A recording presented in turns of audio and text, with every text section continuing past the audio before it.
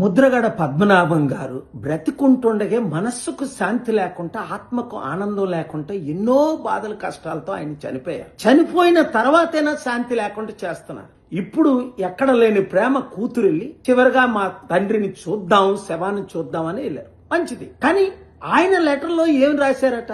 నేను నెల రోజులు హాస్పిటల్లో ఉన్నప్పుడు నా కూతురికి నేను జ్ఞాపకం రాలేదా? నా భార్య క్యాన్సర్ ట్రీట్మెంట్ అయిన తర్వాత నేను ఇంటికి తీసుకొని వెళ్తే తల్లిని చూడు తల్లి అని 5 నిమిషాలు అడిగితే 5 నిమిషాలు కనీసం తలుపులు కూడా తెరవలేదు కదా. ఇదా కూతురు ప్రేమ అని ఒక వెర్షన్. ఇక్కడ మనం నేర్చుకోవాల్సింది ఏంటంటే, రాజకీయ నాయకులు దీన్ని రాజకీయం చేస్తున్నారు.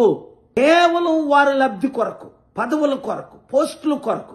ఏంటి 27% కాపులు ఉన్నారు కదా. ముద్రగడ పద్మనాభం గారు కాపుల కొరకు ఎంతో ఫైట్ ఇచ్చారు కదా. మరేరా కాపులందరూ 2 కోట్ల మంది కాపుల్లో 2,000 కాదు 20,000 మంది కూడా ఎందుకు రాలేదు సమాజ్ దగ్గరికి?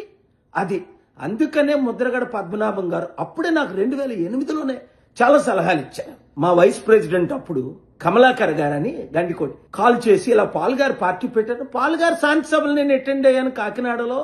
అంత గొప్ప ఆయన పార్టీ పెట్టడం చాలా మంచిది. ఆయన రాష్ట్రానికి ముఖ్యమంత్రి అయితే రాష్ట్రం బాగుపడుతుంది, దేశానికి ప్రధానమంత్రి అయితే దేశమే బాగుపడుతుంది. 200 దేశాల ద్వారా ఆయన ఇన్వెస్ట్మెంట్లు తీసుకొస్తారని చాలా ఎన్నిక. ఆయన గురించి నాకు అంత పరిచయం లేదు. ఆ తర్వాత 2-3 సార్లు మాట్లాడడం తప్ప. కానీ ఆయన కోరిక నెరవేరలేదు కదా. 27% ఉన్న కాపుల కొరకు ఆయన ఎంత ఫైట్ ఇచ్చారు. ఏరా కాపులందరూ? అప్పుడే అన్నారు నాతో, కాపులకు ఐకమత్యం లేదండి, ఇలా అమ్ముడుపోతారని. అదే జరిగింది. ముద్రగడ మీద ప్రేమ ఉన్న ప్రతి ఒక్కరు, ఆయన ఆత్మశాంతి కోరుకున్న ప్రతి ఒక్కరు ఇప్పుడైనా ఏకము కండి.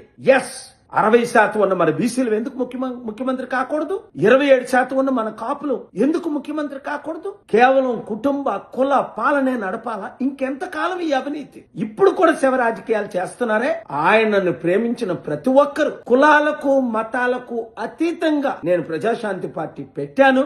అది అందరి కొరకు, అందరి అభివృద్ధి కొరకు. వీళ్ళు రాజకీయం చేయనివ్వ ఆపండి. మన అందరం ఒకటవుదాం. ప్రజలకు అండగా, నిరుద్యోగులకు ఉద్యోగం, రైతులకు న్యాయం. అది ముద్రగడ గారు ఫైట్ ఇచ్చింది. ఆయన కోరికను నెరవేర్చుదాం. ఈ వీడియో అందరికీ షేర్ చేయండి. రాజకీయ నాయకులకు గుడ్ బై చెప్పండి. God bless.